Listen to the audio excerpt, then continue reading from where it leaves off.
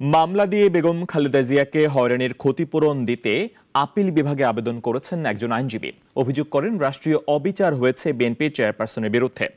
এমন ঘটনার পুনরাবৃত্তি যাতে না ঘটে সেজন্য দৃষ্টান্ত তৈরিতে দিতে হবে ক্ষতিপূরণ।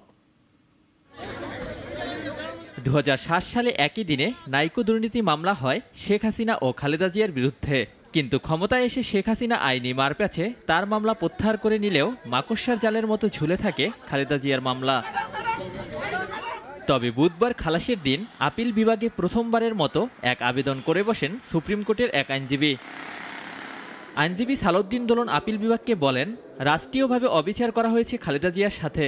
শুধু তাই নয়, বিচারিক নৈরাজ্য করে সাজাও দেয়া হয়েছে তাকে। তাই ভবিষ্যতে দৃষ্টান্ত উপস্থাপন করতে বেগম জিয়াকে ক্ষতিপূরণ দেওয়ার দাবি করেন তিনি। যে একজন নাগরিককে নিগৃহীত করা হয়েছে, রাষ্ট্রের দুর্বৃত্তায়নের শিকার হয়েছেন এবং বিচার বিভাগের সীমাহীন অন্যায় শিকার হয়েছেন।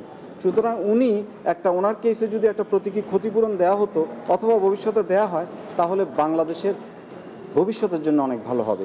খালেদা জিয়ার আইনজীবী ও বিএনপির আইন উপদেষ্টা বলেন, খালেদা জিয়া ও বিএনপির গায়ে কালিমা লাগাতে নাইকো মামলা চালিয়েছে তৎকালীন ক্ষমতাসীনরা। তবে ক্ষতিপূরণের বিষয়টি নিয়ে পরবর্তীতে সিদ্ধান্ত নেওয়ার কথা জানান তিনি। আইনের শাসন ছিল না এবং এটা একটা পলিটিক্যাল স্কিম ছিল, যে কারণে দেশনেত্রী বেগম খালেদা জিয়ার মামলাটা চলমান ছিল। On the other hand Sheikh হাসিনার মামলাটা স্টে করা ছিল। রাজনৈতিক পট পরিবর্তনের পরে বেগম জিয়ার নামে থাকা বেশ কিছু মামলা প্রত্যাহার করা হয়। তবে জিয়া অরফানেজ ও জিয়া চ্যারিটেবল মামলায় রাষ্ট্রপতি ক্ষমা করার পরেও আইনি লড়াই করে আপিল বিভাগে জিতে আসেন খালেদা জিয়া। ওয়ালিউল রনি, নাগরিক, ঢাকা।